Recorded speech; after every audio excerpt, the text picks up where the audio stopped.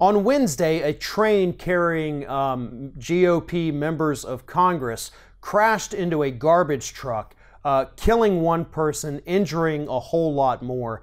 And almost immediately after this train wreck occurred, conspiracy theorists online took it and ran with it and tried to tell us that this train crash was some kind of failed assassination attempt against Republican lawmakers.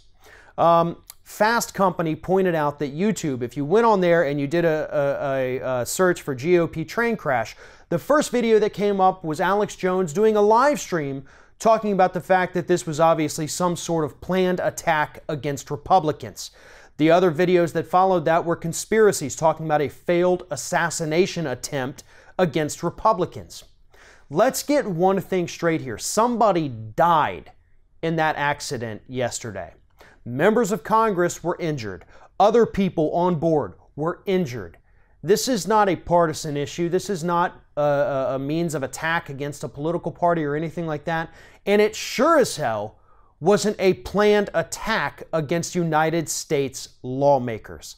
That kind of rhetoric coming from people like Alex Jones and all of the other online conspiracy theorists is dangerous and potentially deadly for the United States. We have seen too many instances in just the last 12 months of people who buy into these crazy right-wing conspiracy theories and then decide that they're going to attempt to kill people because of these conspiracy theories. Pizzagate, the guy who wanted to go shoot up CNN. Those are real-world consequences of crazy people's talk. And that's what we're seeing right now.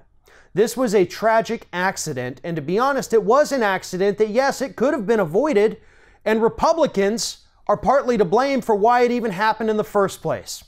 In the last few years, train crashes in the United States, both passenger and freight, have seen an increase in the number of accidents that have taken place here in the United States. Why? Because we're deregulating the rail industry. We're allowing trains to travel at almost twice the safe speeds that they were previously allowed to travel. We're not keeping up with railway integrity as far as the infrastructure is concerned.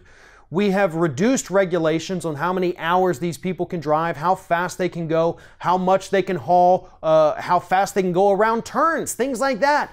We're loosening it and making it more dangerous, and that's why accidents like this are happening. And believe it or not, the rail industry lobby happens to be one of the most powerful lobbies in Washington, D.C. You may not think that the train lobby is such a big thing today, but it actually is, and they're spending millions of dollars every year because it's an industry that most people don't pay attention to, and Republican lawmakers and even some Democratic lawmakers understand that they can deregulate the hell out of it and nobody's going to pay attention. That is, of course, until there's some kind of tragic accident, and then the attention gets deflected away because you have these psychos online, people like Alex Jones, trying to tell us that this was some kind of assassination attempt to take out Republican lawmakers. There is a very real problem with rail safety here in the United States, and it has nothing to do with conspiracy theories. It has nothing to do with anything that Alex Jones says. The problem is deregulation, and that's what has to be addressed going forward from this accident that took place on Wednesday. Thanks for watching, and if you like what you see here on Ring of Fire, we encourage you to subscribe to our channel. You can see the little subscribe button down there, but if you're watching it on another device where you can't see it, go to youtube.com/TheRingOfFire, hit subscribe, be notified every time we get a new video.